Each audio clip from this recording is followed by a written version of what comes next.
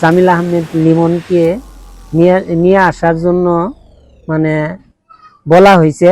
বলার পরে যেমনই বলছে যে আপনারা কাগজপাতি করে দেন, দেওয়ার পরে আপনারা লাশ পাবেন না, এমনি এমনি তো লাশ করে দিব না।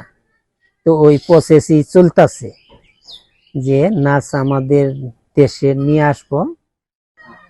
আমরা 4 ভাই, আমার ছোট ভাইয়ের ছেলে জহিরুল ইসলামের ছেলে আমেরিকা নেহাপড়া করে,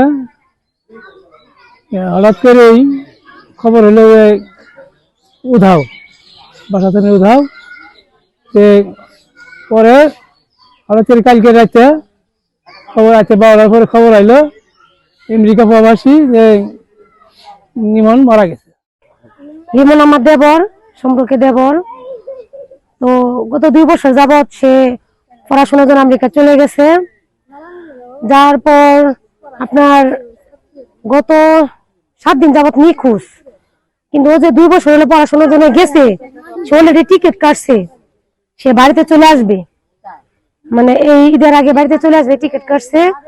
তো গত 1 সপ্তাহ যাবৎ যে নিখোঁজ, আমরা শুনতে মানে খোঁজ পাইতেছি না।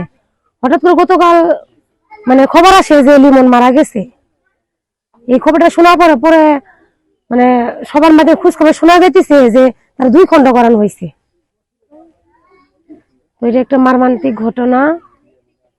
তো এর সাথে যারা জড়িত, আমার কাছে একটা আকুল আবেদন সরকারের কাছে, তাদেরকে আইনের হাতে আনো হোক, আইনের ব্যবস্থা করা হোক, যদি এরকম কোন একটা ছেলেকে মানে মা বাবার কুল না হারা হয়। লিমন আমার ভাতিজা হয়, 2 বছর আগে গেছিল বাইরে আমেরিকায় লেখাপড়া করার জন্য। হঠাৎ খবর পাই নিখোঁজ, 1 সপ্তাহ আগে খবর পাই নিখোঁজ। কিন্তু হুট করে কালকে খবর পাই যে মারা গেছে। সরকারের কাছে আবেদন যে এত ভালো লোক, এত একটা মেধাবী ছাত্র কিভাবে মারা গেল, সে কি অন্যায় করেছিল। সরকারের কাছে আকুল আবেদন, বাংলাদেশ সরকারের কাছে আবেদন, বাংলাদেশ সরকার যেন আমেরিকা সরকারের সাথে কথা বলে লাশটা বাংলাদেশে পাঠানোর জন্য, আমগরের কাছে হস্তান্তর করার জন্য।